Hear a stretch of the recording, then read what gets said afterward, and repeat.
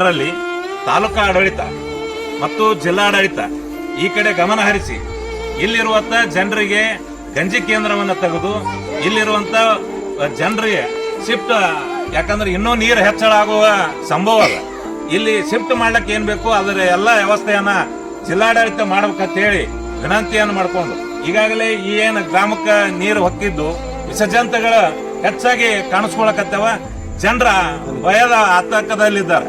ಇದನ್ನು ಹೋಗಲಾಡಿಸಲು ಜಿಲ್ಲಾಡಳಿತ ಮತ್ತು ತಾಲೂಕಾಡಳಿತ ಈ ಕ್ರಮವನ್ನು ತೆಗೆದುಕೊಳ್ಬೇಕಂತ ಹೇಳಿ ಆಗ್ರಹ ಮಾಡ್ತೇನೆ.